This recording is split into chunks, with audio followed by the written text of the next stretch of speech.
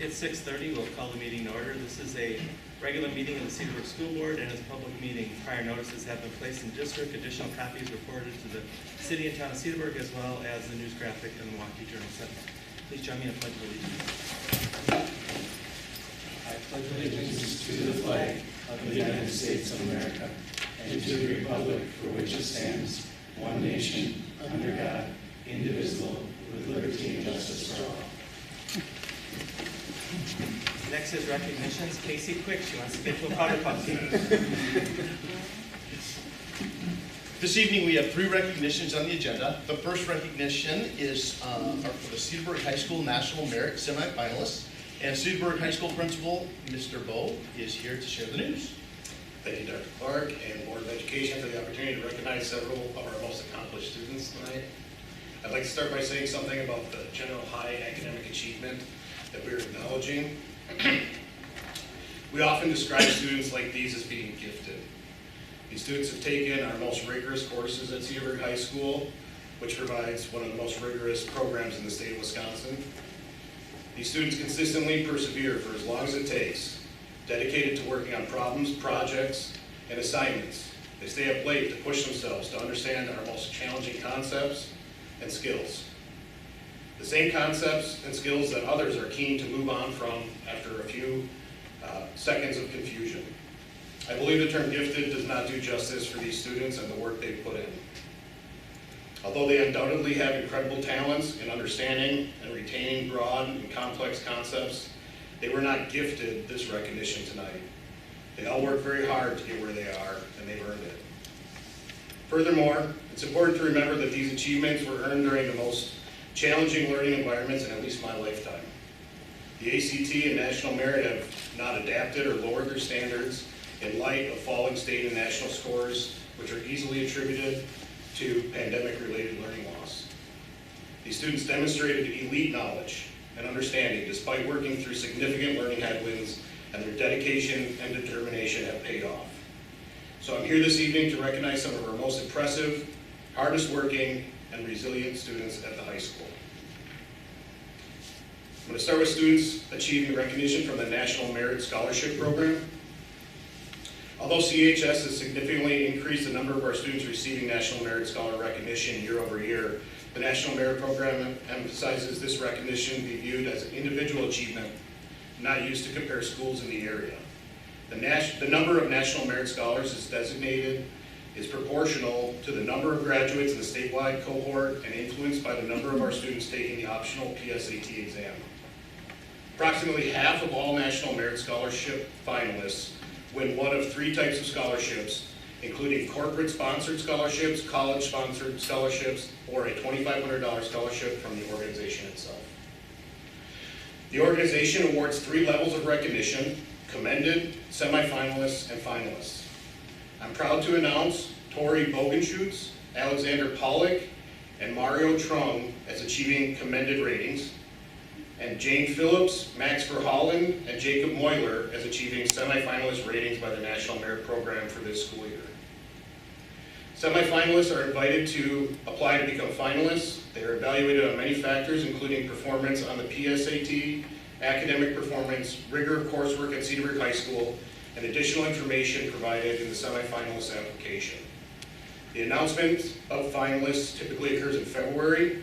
We're excited to help support Jane, Max, and Jacob in their applications and wish them luck as they pursue even higher recognition.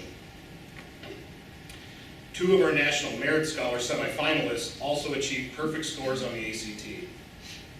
Less than 0.5% of all students who take the ACT achieve a perfect score. A big congratulations to Jane Phillips and Max Verhollen on achieving a perfect score of 36 on the ACT assessment. Thank you. Jane, do you want to go on and say something? We have one of our students here. Just stand up.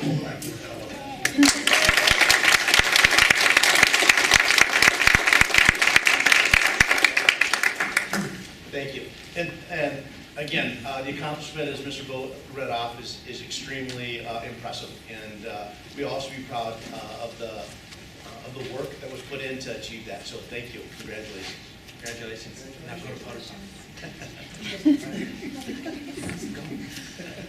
All right. The final recognition this evening is in regard to the upcoming Wisconsin School Board Week, which is officially October 2nd through the 8th. In honor of the dedication of our school board members and what they have toward the Cedarburg School District and our students, we would like to present each of them a small plant symbolizing, and each of them have a plant in front of them, symbolizing their efforts to ensure that each of our students have the ability to grow in a nurturing environment, to develop into lifelong learners, to become responsible adults, and to achieve their goals and dreams. Thank you, Cedarburg School Board members.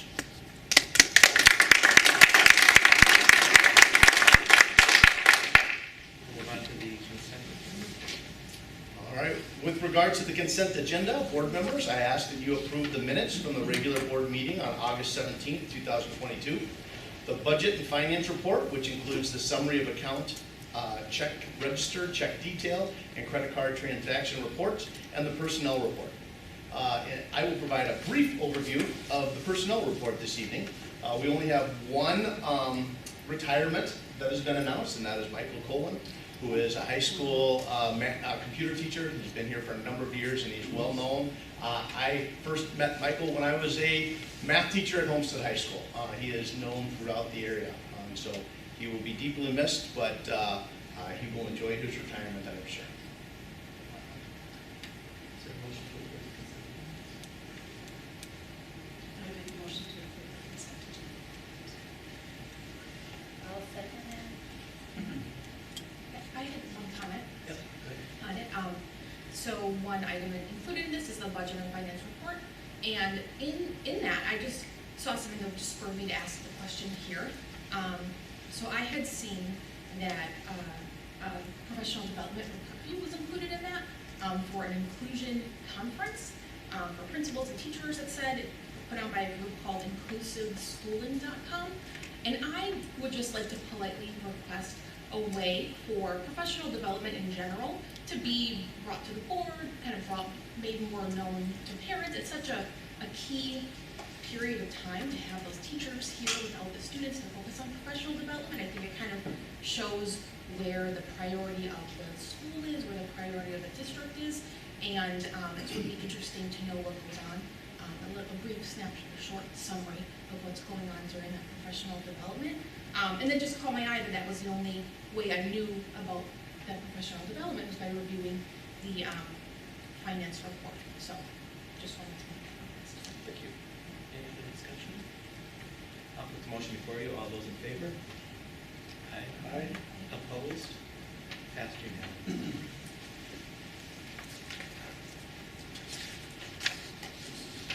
Superintendent.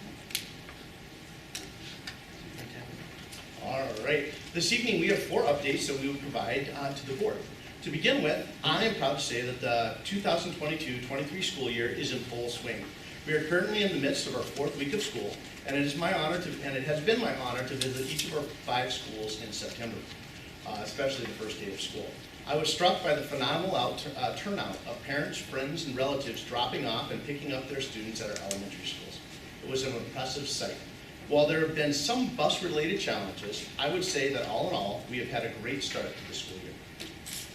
Kara Allenson, our Director of Student Services, will now provide an overview of the district's seclusion and restraint annual report pursuant to Wisconsin Statute 118.305 4C.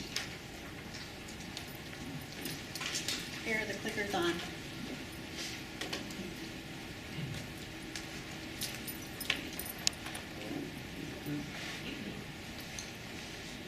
So we have an annual report that we give to the school board on the instances of seclusion and restraint throughout the school year, prior to school year. So those totals were for Parkview. There were no instances of seclusion and restraint. Florissant had 4 instances of seclusion, 5 instances of restraint. West Lawn had 2 instances of seclusion and 2 instances of restraint. Webster had 2 instances of seclusion and 11 instances of restraint.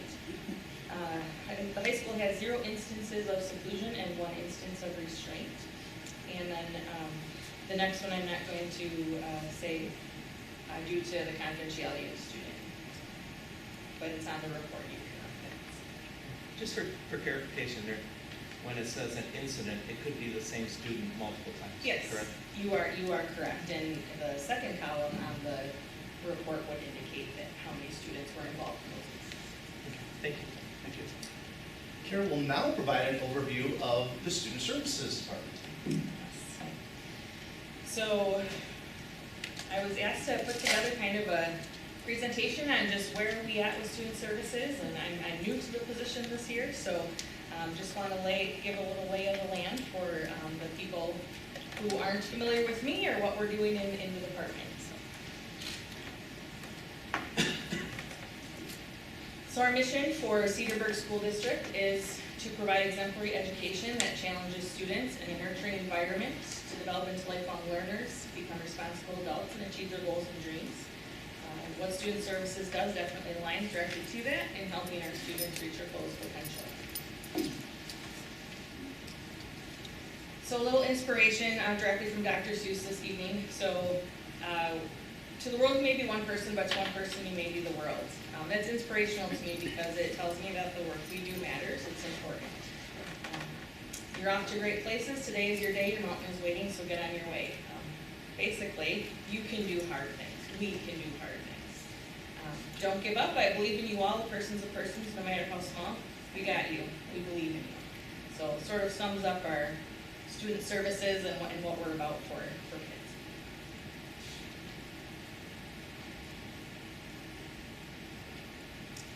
A little bit about me and my philosophy, I guess, and values and what I bring to the district. I truly believe what's written on this slide, so I'm just going to read it aloud.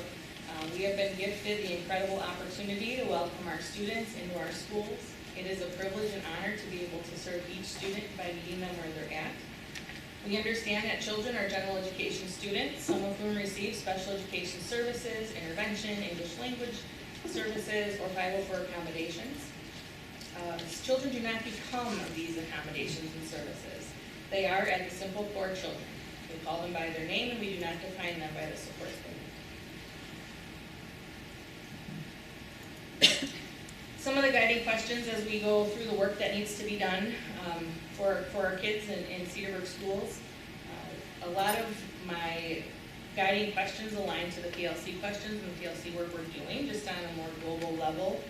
So the information in orange is the PLC question, and then kind of it relates to the thought process I have when we're working through things for kids. So what is most important that we do right now to improve student growth, achievement, and engagement?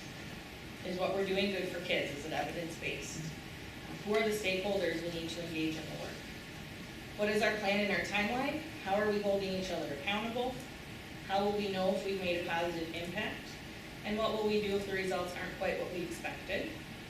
And what will we do if they exceed our expectations?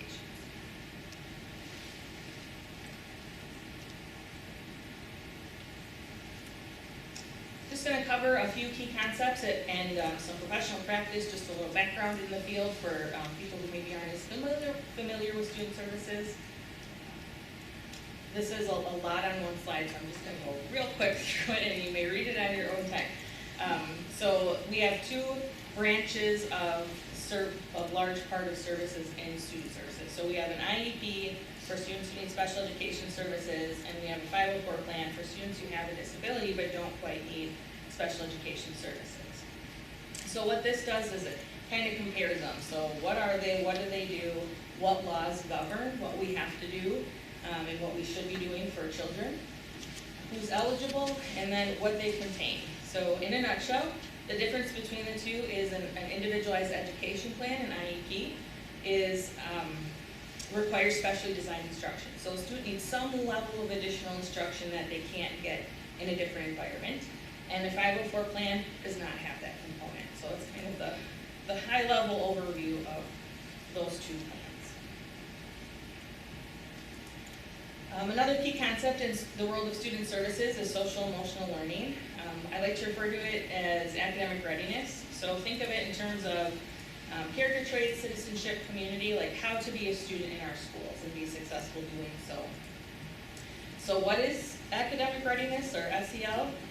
It's the process through which children acquire and apply knowledge, attitudes, and skills for them to be successful, accessing educational opportunities, and their academic skills and knowledge. The SEL skill development is essential for that personal, academic, and social success. So I'm going to tie it all back to the academic component. That's the things in orange sort of tie it all back to that we have to have these fundamental skills to be able to do our best and learn our best with academic content. It is a two-part process, so there's learning the skills and then there's applying the skills. Both are explicitly taught and need to be explicitly taught for our students to be able to successfully navigate the school environment. The ability to manage emotions, focus attention, respect yourself and others, and make responsible choices help prepare students for college and career success after school.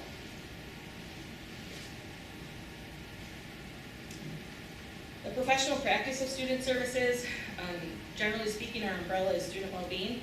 We're all here for student well-being, but that's specifically our focus. So we carve academic into that. We talk about emotional needs, behavioral needs, medical needs, social needs. All of those pieces are important to the world of student services. So under the umbrella, we have just some different entities within that and different parts of the job that I have here in the district. So school psychology, student discipline, school safety and security, homelessness, seclusion and restraint, school counseling. There's quite a variety of needs under the umbrella.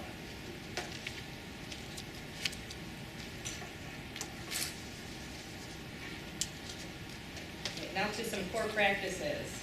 So what are we doing? We're primarily providing access for learning. So that's our role as a student service provider. We provide access to promote growth, engagement, and achievement. Just some fun cartoons to sort of reiterate that point. We have the curb effect, which is if you make a curb cut, it doesn't just benefit somebody who uses a wheelchair, but it benefits a mom who is pushing a stroller. It benefits someone who's pushing a package, a bicycle who needs to get up onto the sidewalk. So what's good for one is good for many, is sort of what that's illustrating. The one in the upper right corner illustrates the same thing. There's snow all over the place.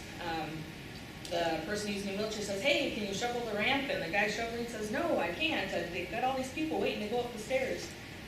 And then it's pointed out that, hey, if you shovel the ramp, we can all go in, and that no one has to wait.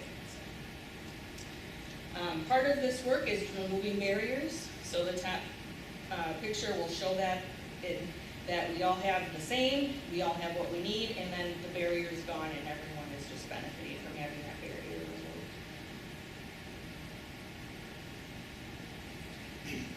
So meeting student needs, student development and wellness across the 3K-12 educational experience includes some domains, so academic, emotional, behavioral, medical, and social. Those are in that umbrella I had shown a little earlier.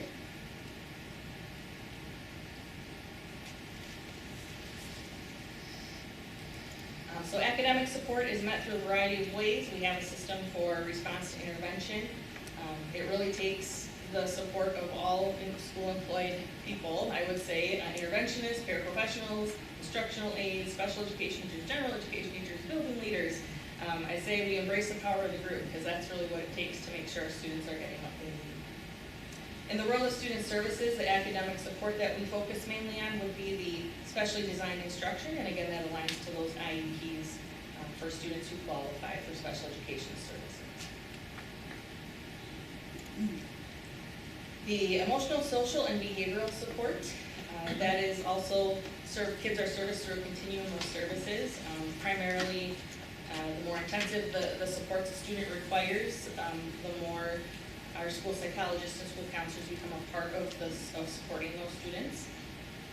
We have tiers of intervention, just like we do for academics. So that response to intervention, we have the universal level, the targeted, and the intensive. You can see with each tier, more people get involved, and people with higher levels of expertise get involved.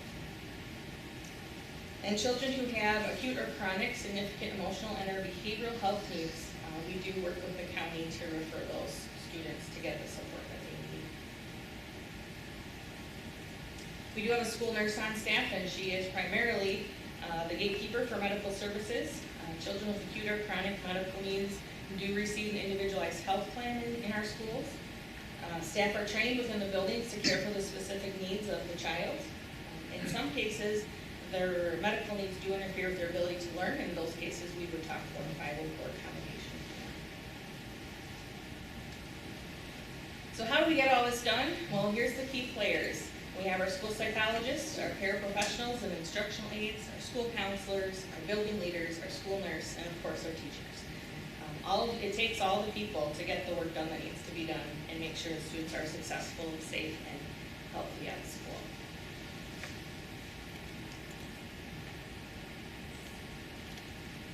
So this year, some areas that I'm working to learn more about and provide some continuous improvement around would be special education services, auditing those to make sure that we are staffed appropriately, to make sure we're meeting kids' needs. Work around IEP data collection and analyzing that data to really make informed decisions at IEP team meetings. Taking a look at how we develop those individualized education plans. Increasing the capacity of our teachers to implement those high leverage practices that will make the greatest gains for our students. An early childhood continuum of services, just sort of taking a look at that and seeing how we might be able to employ some continuous improvement. And this year, in the special education world, we are in what's called a procedural compliance self-assessment. So that is an audit year for us, where we review our IEPs and we check for compliance and we correct our errors if we have any, and then the DPI signs off that we have done our due diligence and our IEPs are good. And then other focus would be increasing that response to intervention for the academic readiness, the social emotional learning, so making sure we're really targeting all the needs of our kids, not just the academic components. That's Well, that's a very nice overview, thank you. I have a couple of questions. I think we have to, it's really helpful for, I think not just for the newer board members, but for me too, to see exactly what's in your realm. And I think if we wanted to have additional details, it's going to take a while to digest some of this stuff, but maybe when we reach out to maybe to Dr. Clark and for follow-up. Yeah. And then one other question I had, I didn't see on here. I'm assuming that the high school and middle school guidance is in your area too? Yep. Yeah, so where does that fall on this? So they are the school counselors. So Okay. they're all clumped into that group of counselors. So if I was to look at this and say, okay, I want to know about the academic planning, say for where someone's going to go after high school, if they're going to go to a trade or university, where would that be on the slide? That particular information wouldn't be on there. Okay. But it does live in the world of the school counselors. So Okay. parents and families would be referred to talk more closely with them and or the building principals. So, okay, so the counseling stuff in your realm isn't in this slide, is what you're saying, kind of? I didn't go into detail about the counseling. Yes, you're correct.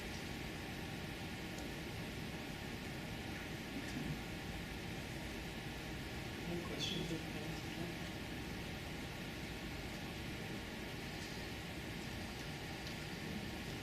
Thank you. Great, thank you. Thank you. All right. The next update is a overview of the buildings and grounds summer work that occurred this past summer.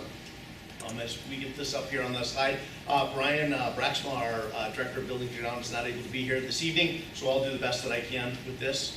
Are you going to advance it for me? Lots of questions. Okay, okay. Excellent, excellent.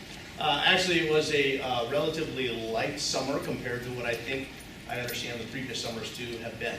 The biggest aspect really had to do with Parkview and Thorson. At the end of last spring, there were some bricks falling off of the supports at Parkview.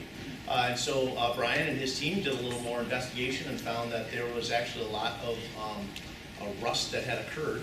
and the supports there were significantly compromised. So both at Parkview, and then they investigated, found the same thing at Thorson, so they basically rebuilt the supports in that front entrance area. So if you drove past either of those schools this past summer, probably saw some individuals working on those. And so those are all up to date. They are looking good now. And again, these are just a couple of pictures to show you how much they had degraded over the years.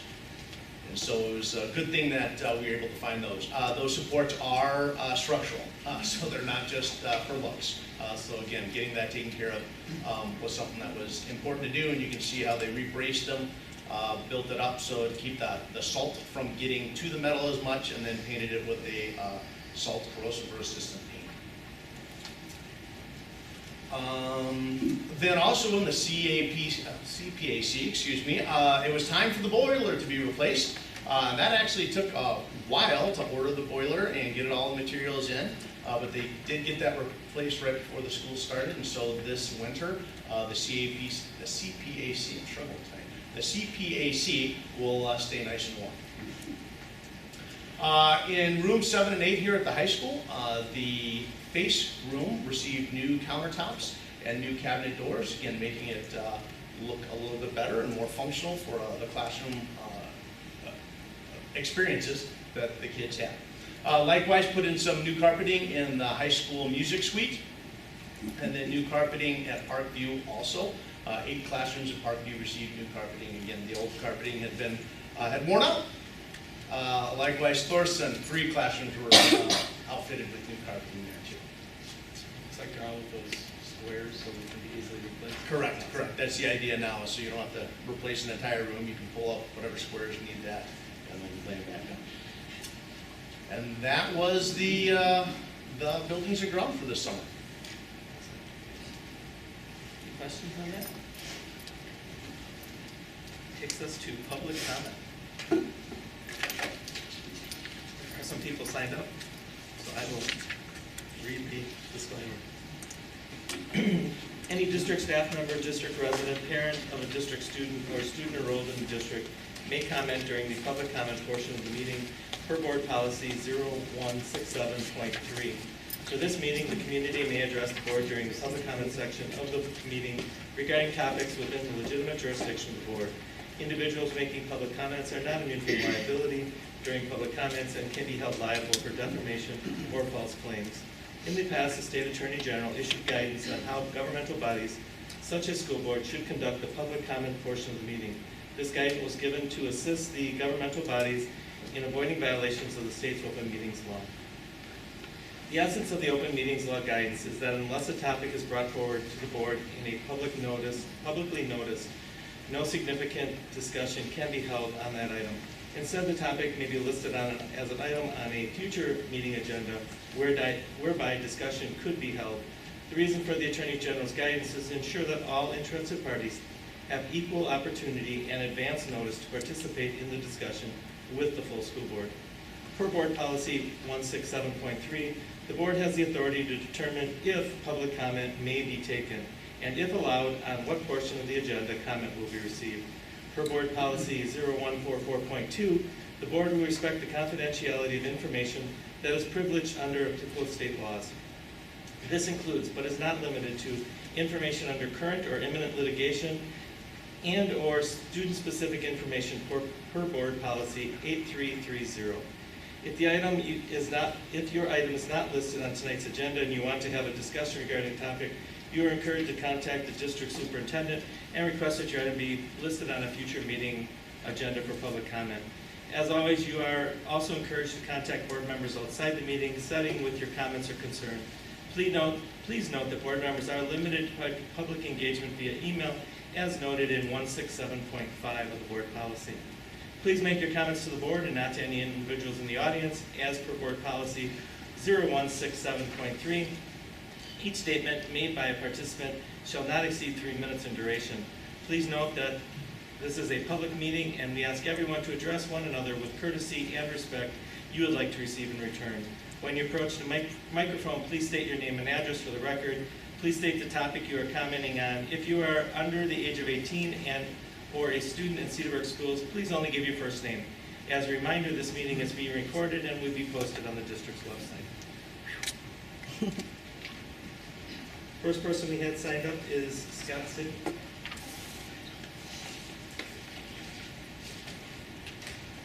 Scott Sidney, North 40, West 6522 Jackson Street, and I'll speak on equity. At last month's school board meeting, Kate Erickson rose to praise the Webster Middle School accomplishments, and I join her in her praise. But she attributed those achievements to equity, which was mentioned 5 times in just over a minute. She went on to say that without equity, all the pretty awards and whatnot goes away, and continued, the accolades were handed down because of the equity work done.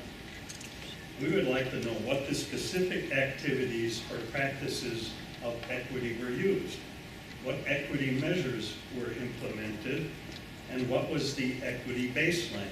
You cannot measure anything without a baseline. Equity and its companion pretenses, diversity and inclusion, are today's discredited new math or the debunked 80s whole reading conceits. We are again being misled to accept suspect, dangerous educational experiments with no proven track record. These distract from academics. They are social acculturation. The National Equity Project mission reads in part to transform children and families, and also that educational equity means that each child develops their full social potential. I'm not aware of many families who want to be transformed, and parents socialize their own children, not cultural theorists. Do not repeat the past mistakes of the past.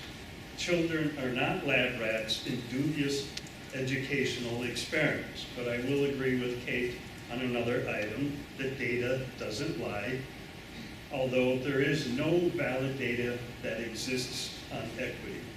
Thank you.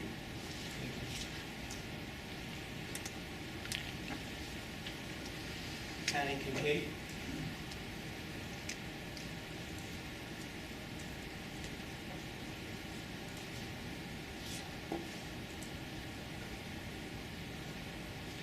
Connie Kincaid, 75W7255 Linden Street, Cedarburg.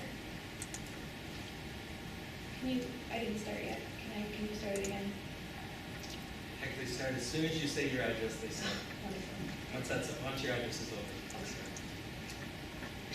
Good evening. I'm here to state, 1, that I'm in favor of the recommendations proposed in items A through F of tonight's agenda.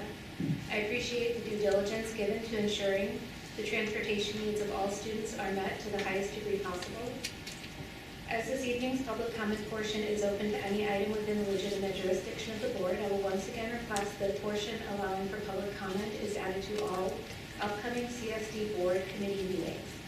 I had intended to speak more on this, but with the limited time that I have, I'm going to go ahead and pivot to something that's of a higher priority to my family.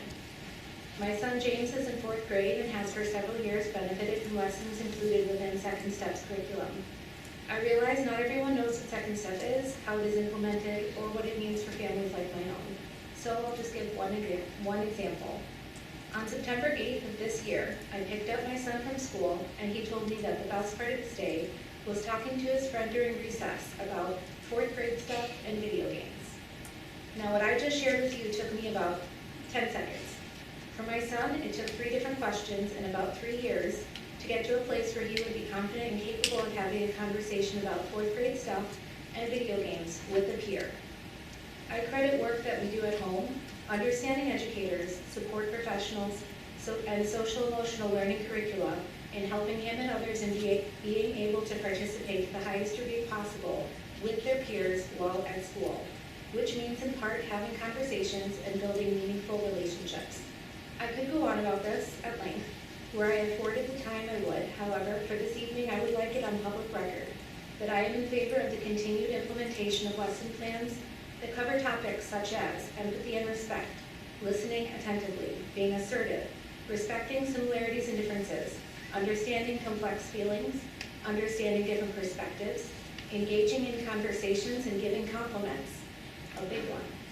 Joining in group work, showing compassion, managing strong feelings at a universal level, meaning at a full classroom level. I'm not talking about the entire universe of life. I'm talking what is good for one is good for many. My hope as a parent is that board members review the resources related to these lessons as swiftly as possible and call a special meeting to discuss the importance of continuing these lessons for students that both do and do not have IEP plans prior to October 13th. This is an item of immediate importance to our family, as we do not want to see our son regress. If you have questions related to our family's experiences, I welcome them. Thank you. Thank you.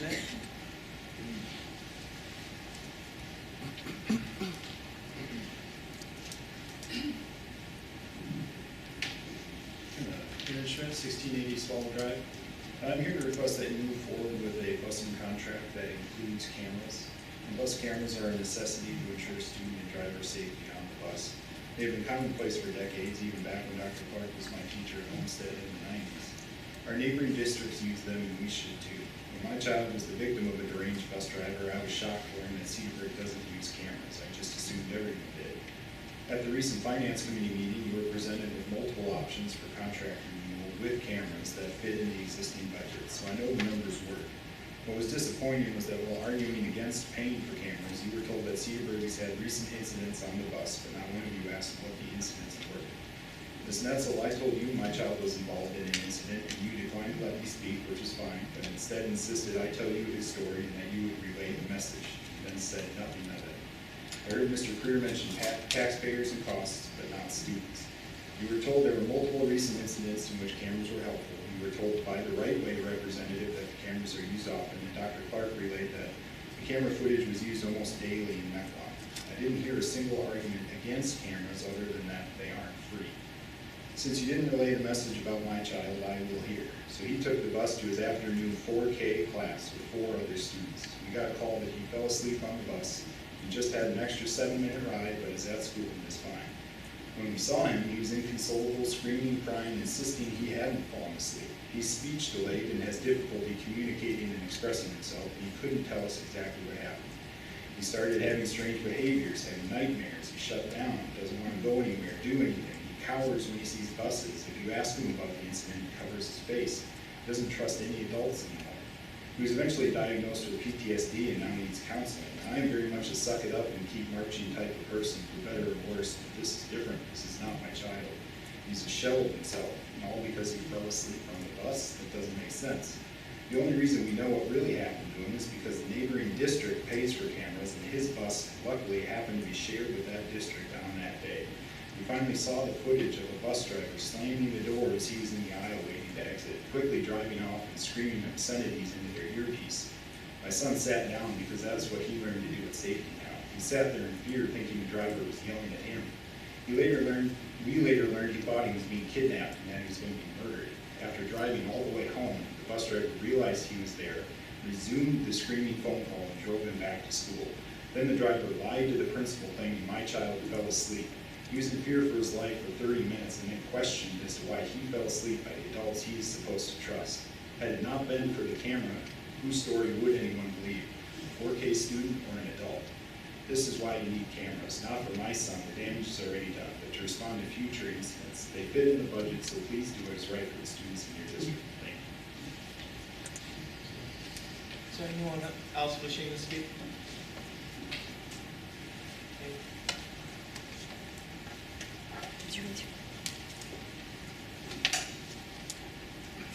Kate Erickson, West 60 North 982 Brunswick Drive. I wanted to talk about a topic that is regularly discussed under the student support updates, and that is the social emotional learning curriculum.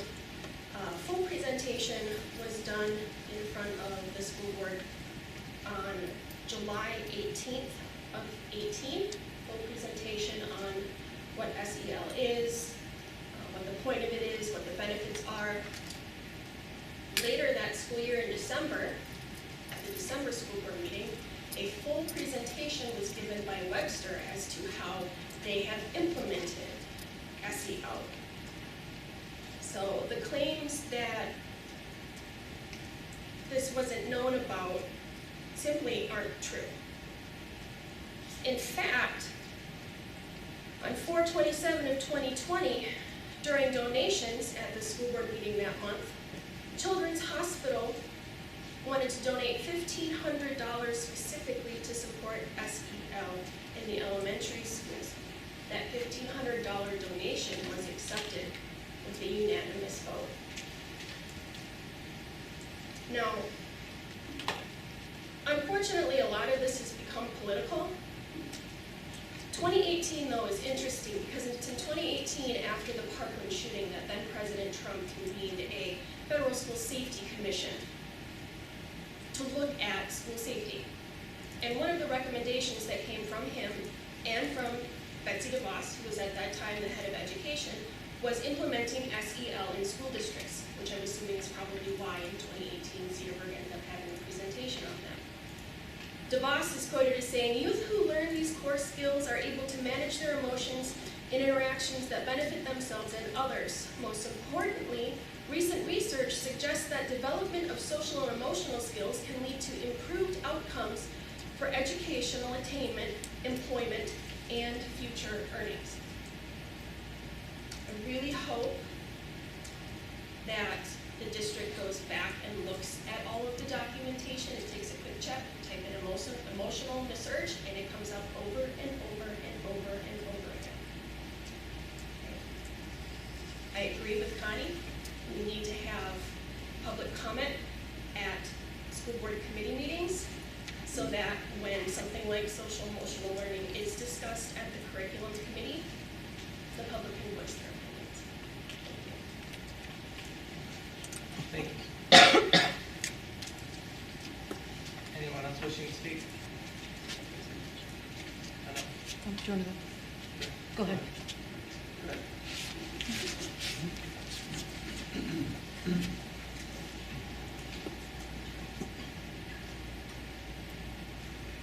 My name is Ed Kaczynski, 7932 Piney Road, Cedarburg. Just a couple of brief comments. I wanted to support the comments from the first speaker. And I'm not very comfortable to hear from a school board member that the first time, the only time that they've heard about the inclusivity and the things going on at some of the things in the teachers in service was reading it in financial report. I think all these things need to be brought up and discussed, and the parents have the opportunity to know what kind of information is coming in through school and so forth. So that's all I'm going to say. Thank you.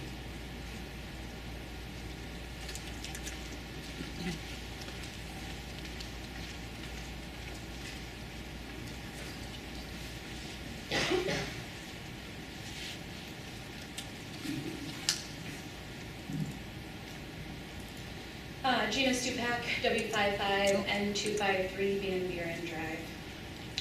It's kind of alarming to believe that a curriculum utilized in this district for almost 5 years that was presented to the board, purchased out of the budget, communicated home to families, and implemented with school psychs and staff could in fact have not been properly approved. It leaves one wondering what other balls have been dropped or if we are singling out something that has recently become the target of controversy across the U.S.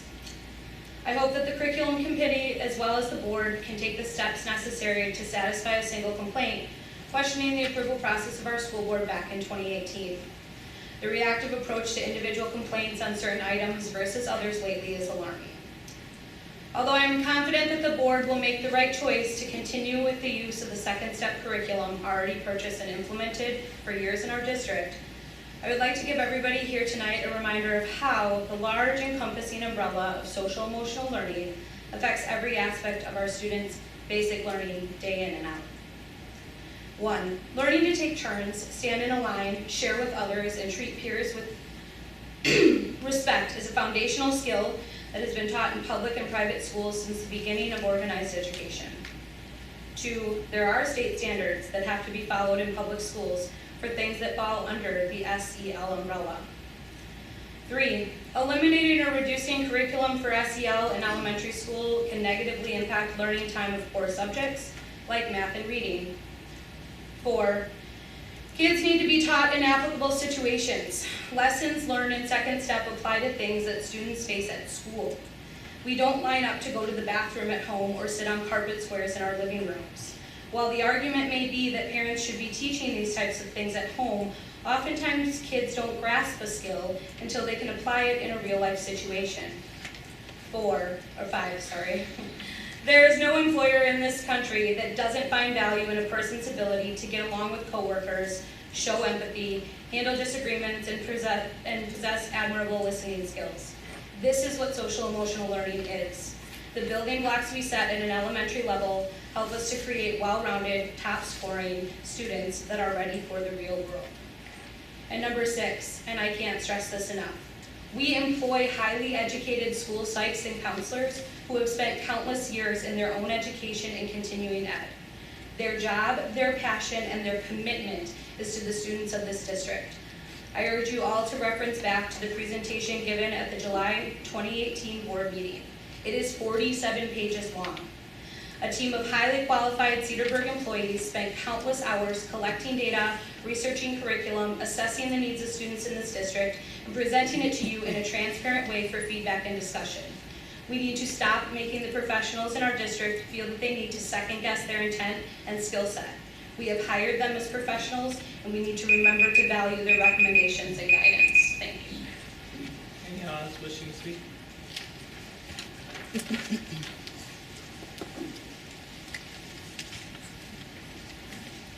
Hi, Crystal Grove, 2178 Pine Ridge Court.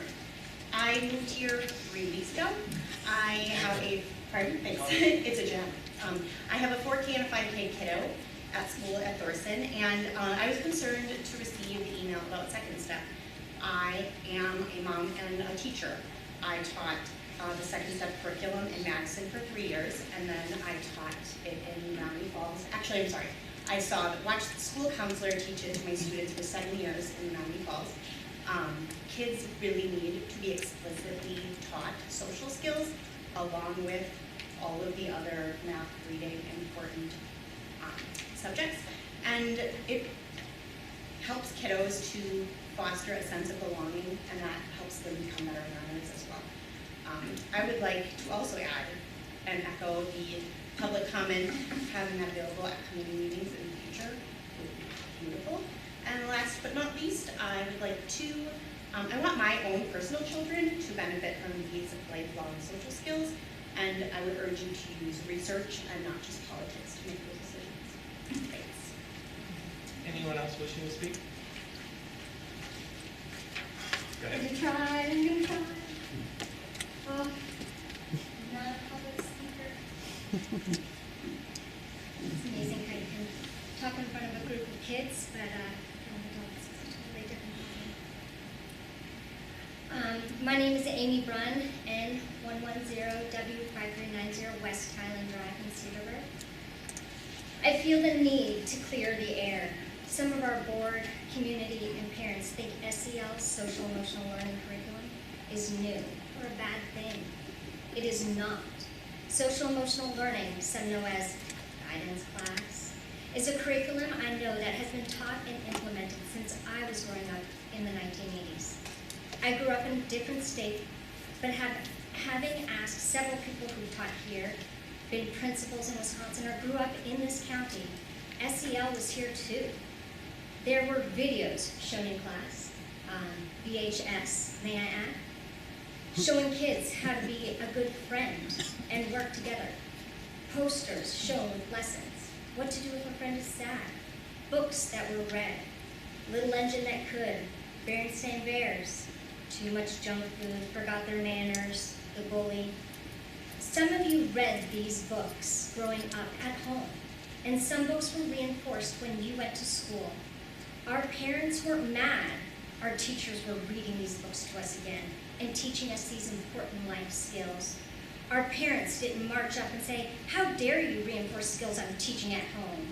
Only I can teach my child to be respectful and use manners. How dare you teach my child about empathy or being resilient? There is hidden curriculum you are teaching my child." Again, it didn't happen. Board members, I've taught this SEL curriculum for most of my 10-plus year teaching career. There is nothing scary here. I have a bachelor's degree in elementary education, a master's degree in curriculum and instruction. Our kids need these social and emotional learning experiences, reinforced just like we had growing up. Taking this away from children, especially now at the beginning of the school year, is not best for any child. I encourage you to move quickly through this review and again, provide the SEL curriculum that all our children need and deserve, like we had growing up. Lastly, please, in your curriculum review, have CSD psychologists, counselors, teachers, principals, or superintendent in your meeting to allow you to see and know what and how it looks like in our buildings. Plus, you'll get to listen to the benefits these programs bring to all of our students. Anyone else wishing to speak? Anyone else? Seeing none, we'll close the public comment section. Thank you. Move on to 6 recommendations. We have 6 recommendations this evening. The first recommendation will be presented by Ben Irwin, our Director of Business Services, regarding a resolution authorizing temporary borrowing. Good evening. So the first one, like Dr. Chris mentioned, is for cash flow borrowing for the 22-23 year. If you remember from previous years, it's an annual topic that we typically bring to the board in order to cover our cash flow needs between November and March. Although our fund balance in our general fund is just over $9 million, as a result of the influx of revenue compared to expenses over the course of the year, we actually have a shortage of cash flow between those months. And so this borrow is meant to cover that while we continue to pay expenses. The bolts on the night's a little bit different than what we looked at last year. We're taking a different approach in terms of involving a cooperative, if you will, to hopefully obtain the most competitive interest rate we can in the market. This cooperative is led by PMA, and Brett Whedon from PMA is here tonight to kind of speak to that and answer any questions you may have.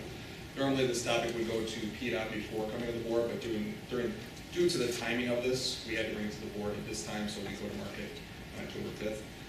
So I apologize for that, but hopefully we're able to answer any questions you may have. The borrowing we're looking for is $2.5 million, which is a little bit less than last year. Last year we borrowed $3 million, the year before that $3.8 million. And that's really the result of our increasing fund balance in Fund 10. So that should save on interest costs as well as being in this cooperative. What's unique this year is that we won't have the interest rate to bring to you to approve from last year and years before that. We bid it out that morning and then bring it to the board meeting that night. The bids are received and then you vote on that. Since we're in a cooperative with multiple other districts going out to market at the same time, we can't align board meetings, obviously. And so this resolution, in effect, includes an interest rate in there, not to exceed 4%. So once it's out to market, we get that interest rate, we'll update the board accordingly and then move forward from there. What we're looking for tonight is approval of that resolution so we can move forward and get the cash flow borrowing money we need for November and March. Any questions on the resolution? Motion to approve. I'm in approval. I'll second. Motion discussion. Second. Any discussion? All those in favor? Aye. Opposed? Passed unanimously. Thank you. All right, Ben will also present the recommendation regarding a Bridge Road property lease. We're hoping to wait, just on the last one, we're hoping way under 4. Yeah, we kind of give ourselves a buffer because obviously it's over 4, we have to come back to the board and get it approved again. So we kind of put in a little buffer there. As you've probably seen, the Fed's increased the rates today. So correct me if I'm wrong, that we might be able to sneak in before that comes into effect, but we're hoping for below 4%. Yeah, you probably saw today's increase of 75 basis points up to that range of 3 to 3.25%. Next Fed meeting is early November, so expectations are that would be probably somewhere in that range. But yeah, to Ben's earlier point, not to exceed 4% is probably within the range. So. Won't be as good as the past years. Yeah. So yes, the next agenda item, the Bridge Road property lease, is another annual topic. This was presented to PNF 2 weeks ago, last week. This is for a parcel of land that we have on the western side of our boundary. It's 20 acres, purchased years ago, just so the district had it in case we had future growth. But obviously we're not using it now, so over the last few years we've leased it out to a farmer who's used the land, and we end up collecting revenue from that lease. We bid it out in 2021, and that's who the current tenant who is James Zemer, and we are recommending a renewal of that lease for 2023 with the same lease amount of $2,500 per year. Questions or a motion? I'll make a motion to approve the Bridge Road property lease. I would second that motion. Motion second, any discussion? All those in favor? Aye. Opposed? Passed unanimously. All right, even with Ben, he will present the recommendation for the district's 2023 dental insurance plan. Oh, I did, sorry. Well, let's take a look at Right Way first. So a little bit of background, our contract with Right Way started in 2016. For the first couple of years of that contract, the renewal rate was set by CPI with certain minimums and maximums. However, since 2019, the rates have been negotiated based on process with Right Way for each year. So that's what we're looking at for this year, for 22-23. The contract with Right Way goes through 23-24. So that's kind of where we're at. We looked at the renewal with Right Way. Obviously, they have needs with their driver shortage.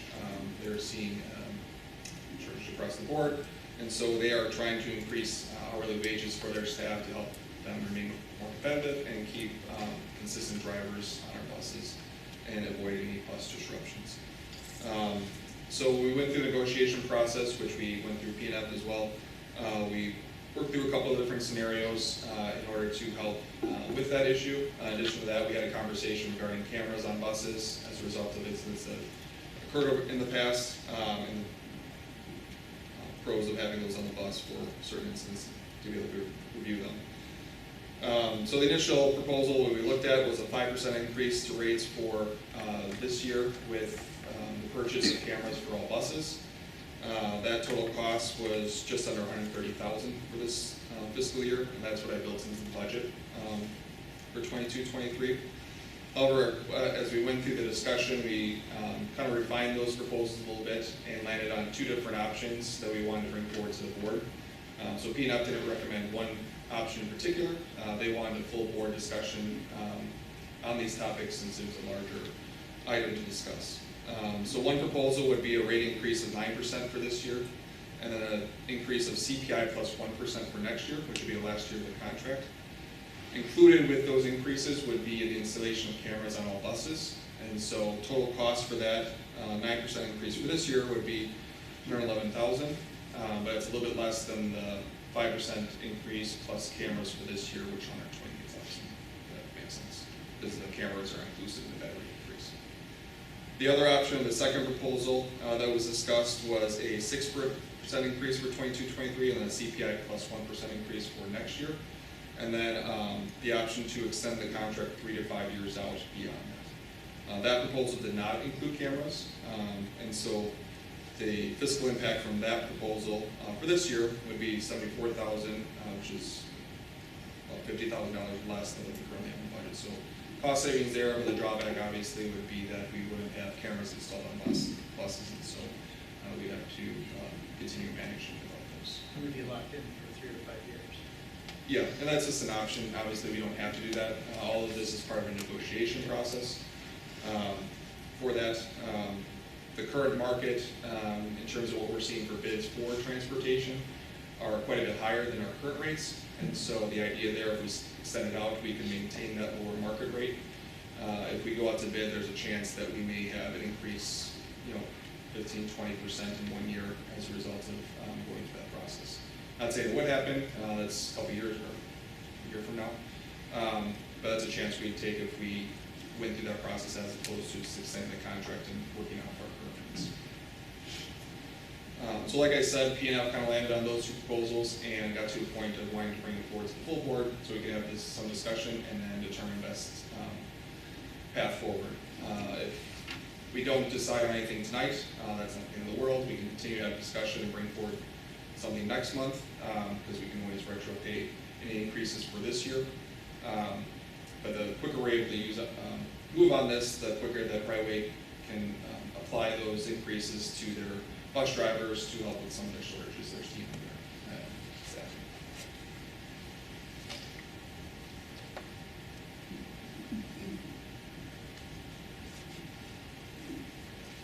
Discussion, comments by the committee? I can add a few things that we discussed. I think there's a lot of value to the cameras, having them there. I can definitely see that that is a benefit. I think one of the things I struggle with is that they're not our buses, and so we're purchasing their cameras. What happens if we don't renew that lease in a year or two? Another issue is who then is responsible for the maintenance of the cameras. And although we may be able to come up with the money for it, where does that money not go in next year's budget? So, like Ben said, we kind of struggled with these topics and wanted a little more input from the rest of the board. That's where your first proposal comes from, where it basically solves that problem, right? Because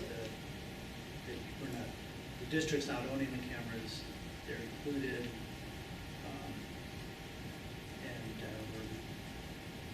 we're not locked in for long term. Is that right? It's just right. It wouldn't extend the contract. And from what I understand, the cameras would be managed by Brightway, so if one broke down, they'd be responsible for it. If we did move forward with it, obviously they couldn't install them tomorrow because it takes some work to do that. But from what I understand, they'd be installed by Thanksgiving.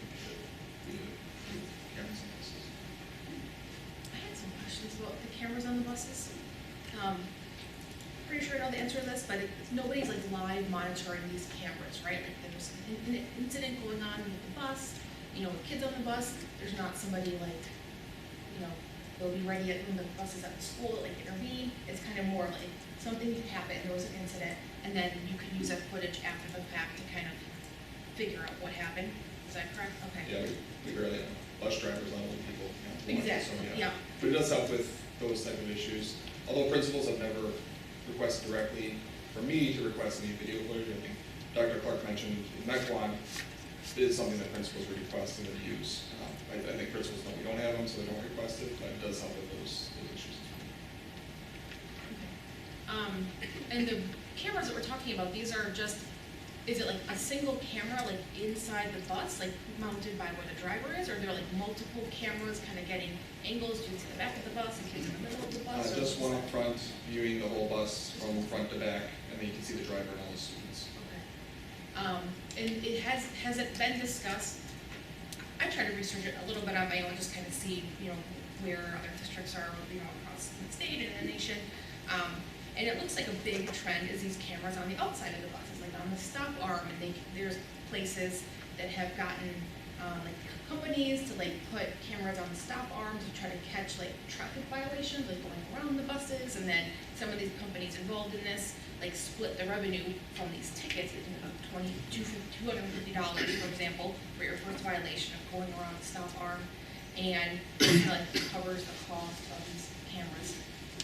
There's been no discussion with this about cameras on the outside of the buses, correct? It's only been one camera mounted in. Nothing outside of that. I know other districts that have been more aggressive with that, and so if that's something the board wanted to explore, I could get more information on that and what that looks like. I think a challenge on the ticket side, because it has to be written by the police department, and there is no revenue sharing under state law for tickets. A $200, $50 ticket is like $50 to the municipality, and all the rest goes to court costs and state fees. Some are not the same. So I don't think there'd be a revenue sharing because it's not in the statute. I personally, in this day and age, to see the benefit of having cameras, I mean, they're available now, the technology is there, I don't think it costs. No one likes to spend additional money, but it's just a safety feature, is that if there is an incident, otherwise, as he said, she said. I personally, that's why I think we discussed not having the school district buy the camera. would imagine in every future bus contract going forward, we're gonna ask for cameras. It's not that in 2 or 3 years we say, oh, we don't want cameras anymore. Those are my thoughts. I guess the challenge in that question on that was, I remember years ago there was a discussion of cameras, and they were gonna supply them, and then things changed and they didn't supply them. I guess that's my question, if you're providing a service, why are we buying a camera for your bus, for your question of, and I think there's great merit to them. I mean, every police car pretty much in the nation now has them in them, and every officer's wearing one. Why are we paying for something to put it on somebody else's property? They may upgrade it, but they're gonna come to us in 2 years and say these cameras are outdated because that's technology. And then do we have to pay for them again? Where if you're providing a bus service, you would think that would be part of the bus's service to you to have the proper cameras on their buses. And that's baked into the first option. Yeah, that's part of the rate increase. And so the reason they were not on there before is the original RFP from 2016 did not include a requirement for cameras. And so if it was, obviously the bus companies providing bids would have increased their costs to be able to cover the cost of the cameras to install them. That's probably going to be the process if we went out to bid this time and wanted cameras around. Either way, I mean, the bus companies are just going to funnel the cost back to us. The thought was that in a couple of years, or maybe even next year, whenever we go out to bid or whenever we re-up with right away or someone else, all the buses are going to have cameras. And it's just going to be part of the equipment that we're renting. And so that's kind of, I think, what the thought was on the first proposal. The initial proposal from Right Way was a 9% increase in CPAC +1 for next year with no cameras. And so that's kind of where we landed with them in terms of the negotiation process to say, if we want to get to these numbers, these rate increases, let's get cameras on the buses and make that part of the rate increase so we get something out of it. They could potentially lose the value of that if we switch bus providers after 23, 24, because then they would have cameras with buses with cameras, and we could potentially have another provider.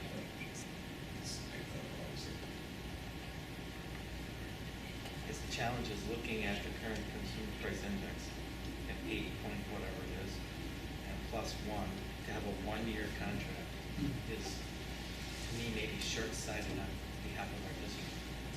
Yeah, and I think there's a benefit in trying to lock in a longer term, because I hope I'm wrong, but I just see it going up even more with where we're looking at our financial data and things. Yeah, and there's options for the board in terms of, you could put a cap on what that means for next year, a certain percentage cap that was built into the first couple of years of our contract with Right Way in terms of it will not exceed a certain percent. So that could be something we can explore as well. And we could do the proposal 1 for year 1 and 2, and then as we look at next year, getting ready for going to bid, we can have the same discussion of, do we want to extend the contract or do we want to go out to bid? And we could really base that on the market and what we're seeing at that point. There's nothing to say if we don't extend it now, we can't have that discussion. And all the benefit for locking in is really just a lower rate this year, and they're proposing the same for the remaining. Yeah, so that doesn't really make a lot of sense to me. I think I'd go with the first proposal. The challenge is when we're talking about going out for bid, is the last time they tried this, none of the other bus companies wanted to bid because Right Way has a depot right here, so they don't want to mess with each other, and they played we're not going to bid on yours. So they can kind of hold you hostage because you can't go between companies because they lock in their little territories. And the only other area district with a different provider is Fort, and they have Johnson School Bus. Pretty much every other district around here has Right Way. Johnson's the last time. I think they just switched Right Way.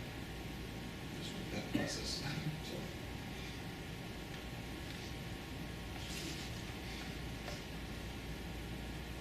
Lots?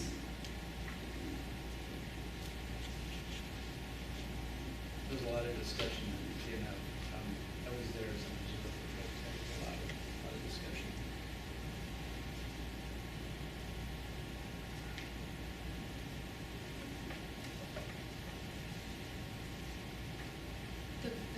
for the cameras, I'm reading in the attached document that that's like spread out over 5 years, is that correct? Was that part of, is that So like one- baked into the first proposal, or was that kind of like? Yeah, one was that- proposal would be that they presented was an extension of the contract and then spreading the cost of the cameras over 5 years, and I think it was around $13,000 per year. So one of the options that we looked at was just taking that cost all at once this year, and that's that $66,000 number.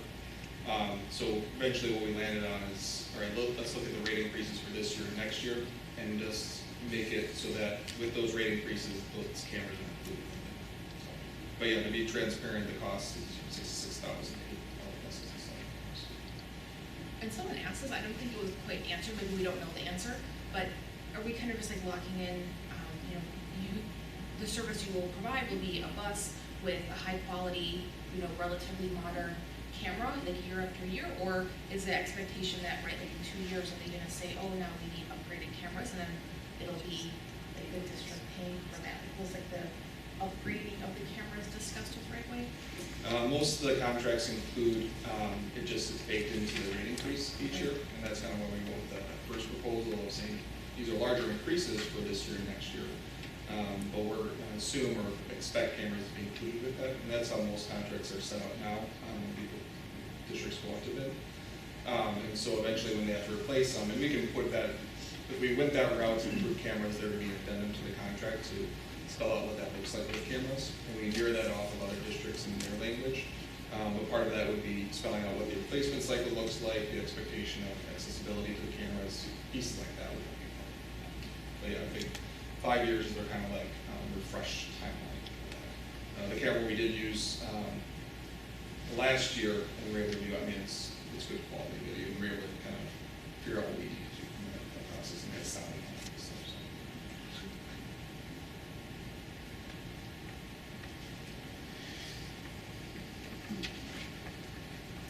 The other half of your question is from over 13 years of doing those contracts. They need new cameras, they'll just either bake it into their price or they'll tell us to pay for it. It's been the history of dealing with those companies. I've suggested actually think about getting our own buses. There's a reason a lot of districts must do it. Only one I know of, the southeast. Detroit has it, but it's Not around here, but you go to other states, almost every district has their own buses. Maybe there's a thing to look at it across there at some point. Is there a motion? Somebody want to pick one of the options? I'll make a motion to approve the 9% cameras. First option. Yes. Can I just clarify, because it's written, it doesn't say cameras for proposal one, but is that reduction statement? under rationale, that'd be the proposal. Spell out, sorry, the fiscal impact doesn't. Oh, yeah, it is. And then could I just clarify something else? Under proposal 3, it would be an additional $380 to the daily bus rate. What is the, can you remind me again what the daily bus rate is? So,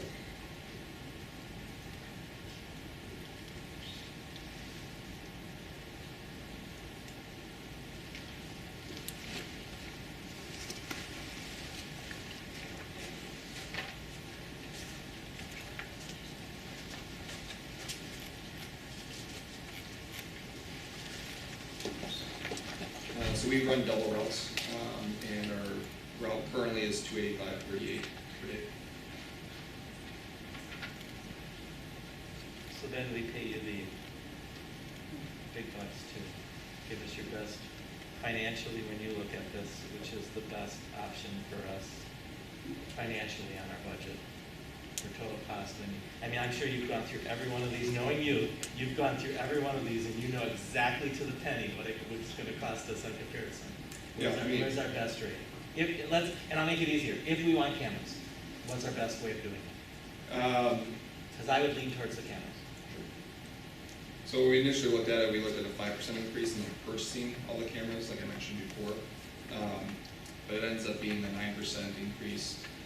With cameras baked in there is a little less expensive in terms of our budget. Ideally, the 9%, we should be able to lower than that, but like I mentioned during this update. We're struggling with filling bus routes this year, so doing anything we can to help fill those routes will help quite a bit for that. The question is, yeah, CPI next year, and what does that look like, especially with +1. The good news is that our market rates are good for where we're at now, and so, yeah, I think to get cameras in there and to help kind of alleviate some of their needs and demands in there, proposal 1 makes the most sense to me in terms of fitting within our budget, trying to address some of their staffing needs, and then also making sure we get cameras on there because incidents don't happen every single day in terms of when we need cameras, but it just takes an incident or two where it could be a serious security issue for a student, and having cameras on there is definitely important to me. 11 years as a business manager, I've had 2 incidents come up like that, but in those 2 instances, it's very beneficial to have cameras out there. So, Okay, so hearing that, I'll second your motion. Thank you. I knew you had it down tight to the pen. So there's a motion and a second. Discussion. The motion is for a 9% increase with cameras for the 2022-23 school year and CPI +1 for the, or CPI it says. In the proposal it doesn't say that, but CPI +1, right? Yeah, For the yeah, sorry, it's under 2023. rationale is right. Yeah, it doesn't say that in the proposal. Any discussion on that? If not, I'll put the motion before you. All those in favor? Aye. Aye. Opposed? Passed unanimously. Thank you. One more item. This one's hopefully a little bit quicker. So employee benefit renewals. So health and dental we have up renewing for 1/1. The good news is that dental is ready to go. Typically we bring it forward in October, but we already got the renewal for dental, and we're ready to bring that forward to the board for approval. The good news is that we are proposing a 0% increase again for 23. Over the last couple of years we've had either 0% increase or decreases actually, and so that makes it pretty easy when you're looking at renewals. The unfortunate part is dental is a lot smaller expense item compared to our health insurance, but it's good to get to this point where we can maintain our very competitive benefits for our staff, but also maintain costs as well. So we are recommending renewing that for 23 with all the dental at 0% increase. Motion? I'll make a motion to approve the renewal of the dental insurance plan with Dr. Dental. Sorry. Motion and second. Any discussion? All those in favor? Aye. Opposed? Passed unanimously. You're off the hot seat. Thanks, Ben. Thank you, Ben. Our next recommendation will be presented by Kara. This is for a 2022-23 contract with Resilience for Specialized Student Transportation.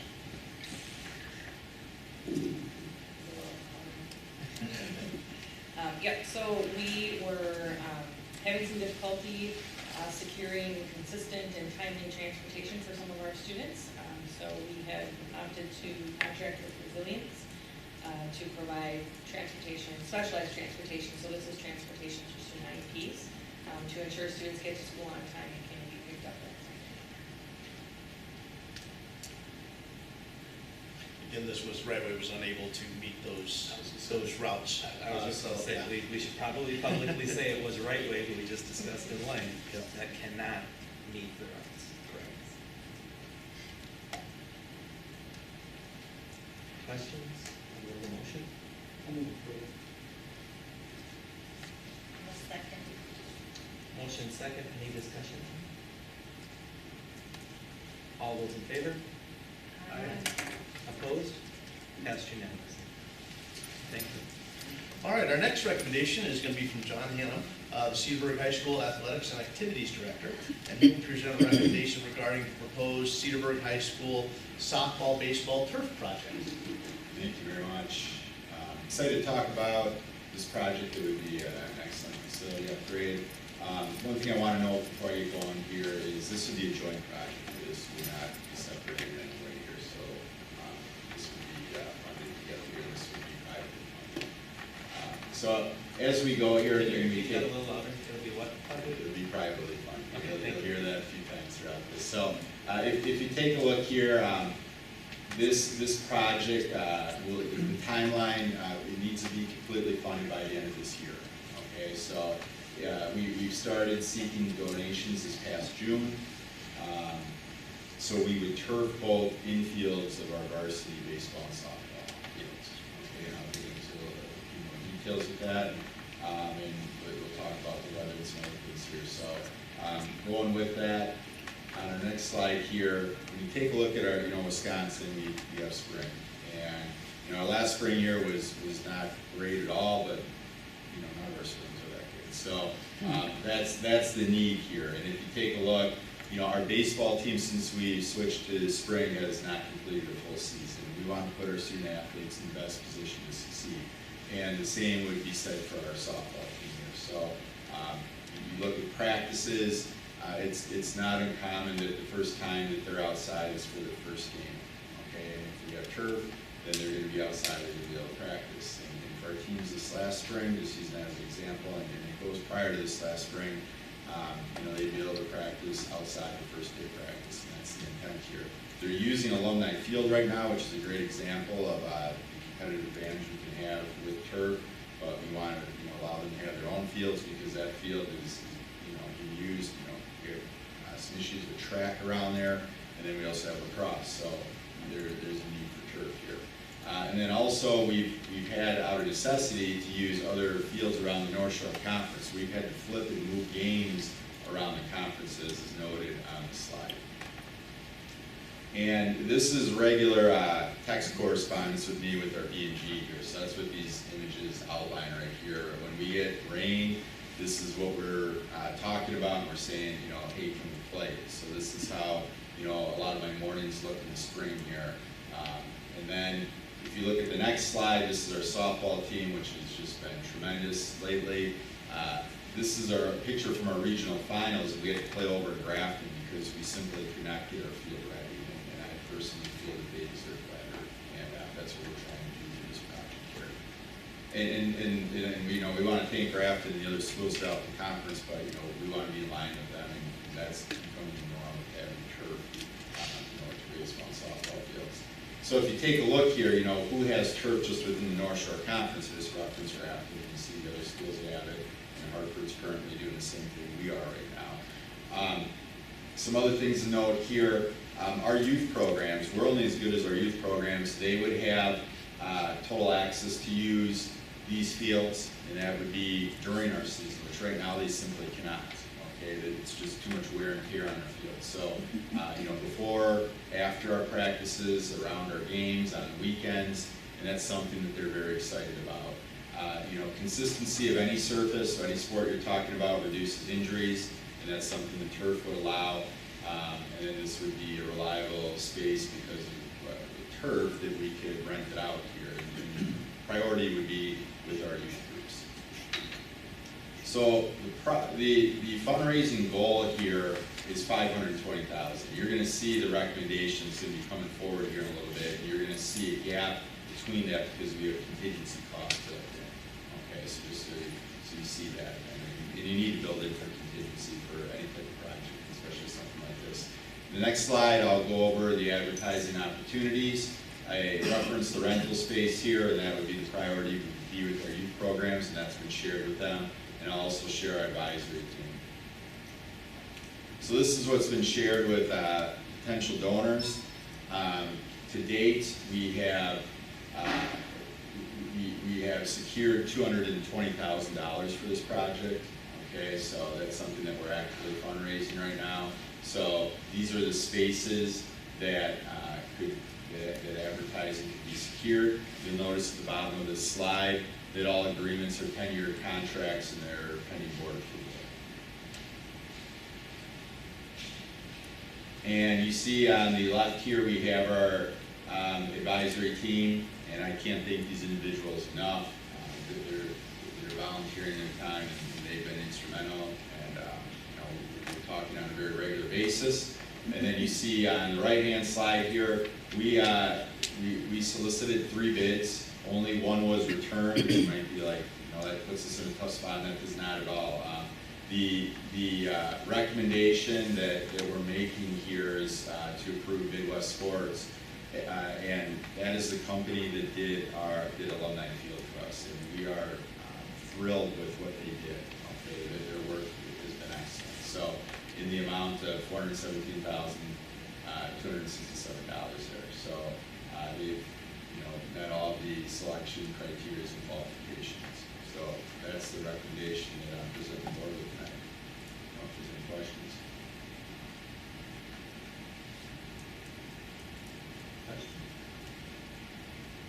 What is the length of it, sir? Oh, I'm sorry, I forgot to mention, that's a great question. So for each field, the expectation is to get a minimum of 10 to 12 years. I mean, I guess my question, I think it's great that you're doing this privately, but my question is more for the board, for planning for in 10 to 12 years when all this, I mean, when we have grass is hard, and I know there's a cost to maintain it, but in 10 to 12 years when all of a sudden it is no longer safe and we have to replace that turf.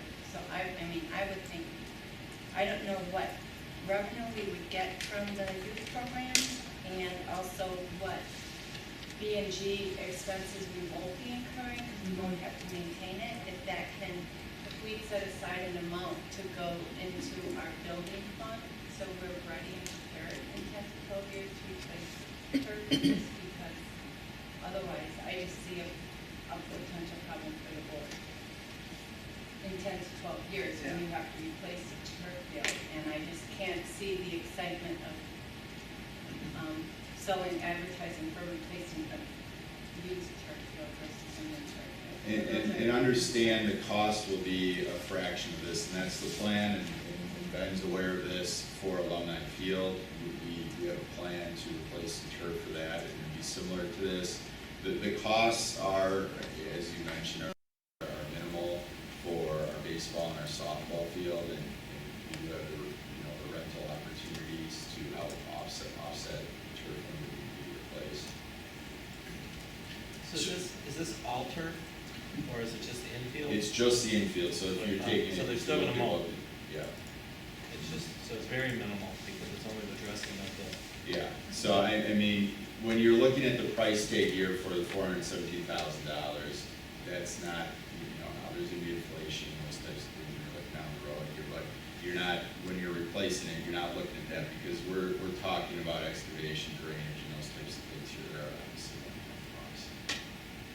Have you looked at, have you looked at lighting this? Because if you're gonna try to get the revenue back from rental, and we have this thing called short spring days, and that going into the evening would be a way to gain more revenue to help pay for replacement. And have we looked at that, what that would cost or no? We have some quotes on that. That's, I would say that's something that we have as part of a plan to do at some point.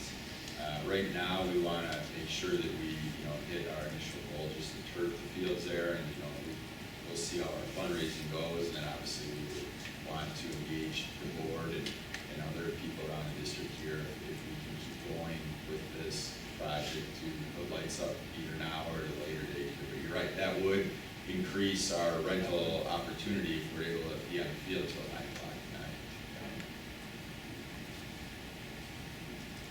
Do you have a plan for unforeseen issues, like, if they start installing it and there's some excavation issues there? Well, so we'll take soil boring samples. So if we run into something, right, in our advisory team and everyone that's committed to date here, if we would start the project and there's some samples where like, hey, this is something that we can't support, where with this amount here right now, where there's bedrock or something underneath there that there's a problem that we run into, then obviously we would need to reconvene here and say this is something that is a way to project. Okay, and that's why those samples will be taken, but that's why I'm up here tonight, because that would allow us to move forward. We met with engineers, and that's the next step in this process here, is to do those types of things here, because that refines the budget and knows exactly what we're working with. So what is the replacement cost? You said a fraction, but you're asking the board to commit, a future board or future boards to replacement. So when you're saying a fraction, what is that? what are we looking at, best guess, because we don't know what the cost of Sure. everything going, our best guess in 10 years. I mean, I what can we get, have to I spend can get you an exact number, later tonight or tomorrow. It's no more than a third, quarter of the cost of what you're seeing right here. But, that's something I have, I don't have that on my notes right here, and I don't wanna just go around those numbers. But even at a quarter, that's, we're Yeah. committing a future board to $100,000. Well, but keep in mind here, part of this exercise is the advertising opportunities, and that's no different with Alumni Field, where if we are selling these spaces, that offsets that cost. Because that's 10 years, so this all aligns together. If in 10 years, people renew and want. If they do, it's been successful so far, you're right. You guys have you're done an right. awesome job. Yeah. Yeah, absolutely awesome You're right. job. So- But it's an if. You're right, and that's been, part of the plan here, and then, with other, with rentals and other things that we do contribute to it. But if we're able to get donors and have the advertising opportunities around it, then it stays, mostly not completely private. Board wishes? Anyone wishing to make a motion?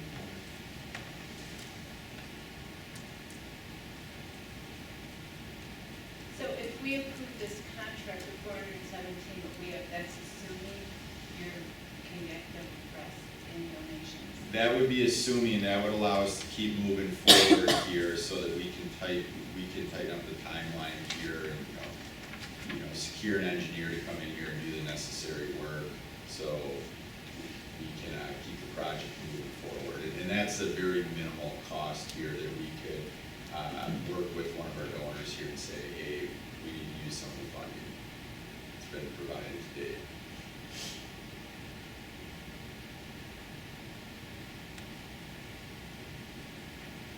Get a motion out there. I'll make a motion to approve contingent upon receiving all the private donor financing. So that you can start the process. And I guess, Ben, I'd ask you, are you confident that somehow, what are the thoughts on that in 10, 12 years, we're not stuck here with the turf field that all of a sudden now needs major replacement and kids are saying you can't play because you don't have a field or it's not safe? Yeah, when we did the football field, we knew that, the initial cost was 1.1, 1.2 million around there, with the eventual replacement cost being $500,000, I think, like that, or 600,000. So when we looked at that, we reviewed savings that we'd have from not having to maintain the field in terms of like grass and artificial turf. And really earmarked as part of that deposit we have in the Fund 46 to possibly use. And so that would be part of our 10-year plan, but also these fields would be part of that as well. So we'd have to determine, how much we have to save per year, what we want to set aside, how do we earmark that, and then how much savings there would be for the Building and Grounds Department that we could reallocate there, and just making sure we set ourselves up to be in a good position for things that we're going to so. And you're doing that, like internally, setting it up, or? Yeah, when we have our deposit into Fund 46, which is $500,000, we probably have to go through a process, and we're planning to go through Fund 46 a little bit more detail in January with P&L about what that looks like long term. Like we mentioned before, the funds, or that account is now accessible for the district, and with other B&G meetings we've had technology updates, we've had the athletic fields, we've had B&G updates, so we really have to define what that looks like long term as we plan for these different things, because obviously we want those funds available for long-term projects that may come up, but also ones that are fine now but have a timeline of 10, 15 years. So when it gets to that point, it's an easy discussion. It's like, oh, the funds are there and we can take care of it. Yeah, So. that makes sense. So you're basically, it sounds like what we're doing is maybe more deliberately or more specifically determining how much to allocate it to Fund 46 and for what it's for, and kind of making that fit a long-term plan. Yeah. That's something we're going to be presenting, because we're kind of doing that, but not in detail. Yeah, we definitely have to get more detail on it. We just haven't done it yet just because we have to use the fund. But as those needs come up, we have to define that because there's no shortage of needs, so we have to kind of prioritize that and make sure we're allocating for what we need. So We we don't, definitely think the 2 turf fields, we need to be putting away whatever it is each year into that account and designating it in writing so that a future board doesn't say, oh, we have all this money, and doesn't realize that, because we could all be gone when it happened. And so that that money is there for the taxpayers to know that the replacement can be done. When I was on the Grafton Village Board, we did that with parks and recs. Playground equipment costs money, so every year we put a fixed amount away so that when they needed to be replaced, the money was there. And I think the district would be wise to do the same thing. yeah, the board's definitely in the power to do that, to commit those funds to that. They've done in the past, we haven't done it recently, but we can set it up so it's committed that way, and then to reverse it, that's take full action. So, Right. I think that's a safe bet to do so that there's not confusion later.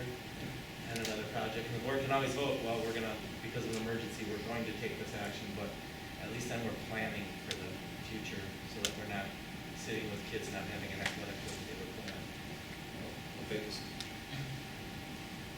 So I need a motion. Is there anyone wishing to second my motion? I will second the motion. Okay. Now we have a motion to a second, so we technically, Curtin Roberts rules can now discuss it even though we were before. Is there other discussion on it? Is there a significant rental income from renting the fields to the local sports leagues and that type of thing? Is that really that much Not huge. money? Okay. There is, but it's not huge. And potentially it could It's be- not significant, I mean, and it's definitely going to more than double, but it's significant. Ben, you know off the top of your, what it is? It's not a lot. When we looked at it, we've always been very kind because they're our future of our team, so we've always been very low on what we charge them. That's why I said the lights, exploring the lights, because at least we could double that little amount to try to get them to work. Other discussion? If not, there's a motion and a second. All those in favor? Aye. Opposed? All of that passed unanimously. Thank you. Thanks. All right, the last thing we have in this section is donations. This month, we have 4 donations. The first, we have a grant donation of $5,935.28 from the Cedarburg Education Foundation. The donation will be used to purchase 4 AxiDraw units, 4 laptops for AxiDraw use, and the associated consumables to support the Cedarburg High School math program. The second, we have a grant donation of $18,500 from the Cedarburg Education Foundation. The donation will be used to purchase a CNC router to support Webster's Project Lead the Way program. And then finally, we have a donation of up to $6,400 from the Parkview PTO and a donation of up to $8,500 from the Thorson PTO. These donations will be used to support classroom supplies. Any instructional materials will be vetted through the principal and/or director of curriculum instruction. Is there a motion? Make the motion to approve the donations. Second it. Motion and second. Any questions? Comments? Discussion? Hearing none. All those in favor? Aye. Opposed? Abstentions? Passed unanimously. So we'll put that on. Yep. Almost $46,000 donated for the year. This early in the year. That's awesome. Thank you to everyone. That's the generosity of this community is amazing. Committee reports. Curriculum committee, Dave, I wasn't at it. You want to report? Yeah, leave my notes. So, we had, curriculum committee meeting on August 25th, and the 2 main issues. One is, they were both informational. The one was English language arts. They are testing a potential resource shift either away from or to supplement the literacy collaborative into, it's a phonics-based system, and it's looks like it's potentially better for learning, and it's got a lot of better, more detailed resources for the teachers. They're going to bring it back next year if they do recommend it. Again, it's in a test stage. And then we're also shown a new assessment to be that's being used for K through 8 to replace the MAPS testing. It's called iReady, and it looks like it's provided more individualized instruction for dealing with learning gaps, and kind of teaches, or helps the teachers see not just the what if there's a learning gap, but how to deal with it. The committee had questions about how the company that owns iReady, which is called Curriculum Associates, how they can use, share, and how they protect student data. That was our question. We just got the contract documents and have to review those. We might need to meet with our attorneys to make sure that we're doing everything we can to protect data. We just don't know yet. And then this iReady program or system assessment will need to be approved by the board within a year. I think is the sound policy. Yeah, my thought was that should be before it's implemented in the school. I know it says in a year, but. Correct. Yeah, it was, I can't speak to why it was started before the approval, but it was, and that's where we are. Personnel and finance, Kate, that you? So we've gone over most of the items that we discussed at the committee meeting. The only other things were the health insurance renewal is coming up, and there's more information coming on that in the next few months. And then we're getting ready to present the budget next month. Okay. I'll now accept a motion to go into executive session to consider employment, promotion, compensation, or performance evaluation data of any public employee over which the governmental body has jurisdiction or exercises responsibility pursuant to 19851C of Wisconsin statute, and to consider financial, medical, social, or personal histories or disciplinary data of specific persons, preliminary consideration of specific personnel problems, or the investigation of charges against specific persons, except where Part B applies, which is discussed in public, would likely have a substantial adverse effect upon the reputation of any person referred to in such histories or data, or involved in such problems or investigations pursuant to 19851 applicable Wisconsin statute. A would be to consider consideration of review of superintendent compensation plan based on qualification and job performance, and then we would adjourn into open session. I don't think there's a penalty in there. So we probably will not adjourn. We'll adjourn in open session and close, but we will probably not take any action. So is there a motion to go Except for into your executive minutes. session? Executive session minutes, we'll take action. Yes, so you will take action in the minutes. Thank you. Okay, that's right. Keep me in line. Is there a motion to go into closed session? A motion to adjourn into closed session. I will second that. There's a motion and a second. Any discussion? All those in favor? Aye. Opposed? Passed unanimously. We will go into closed session. Thank you, everyone. Thanks, everyone.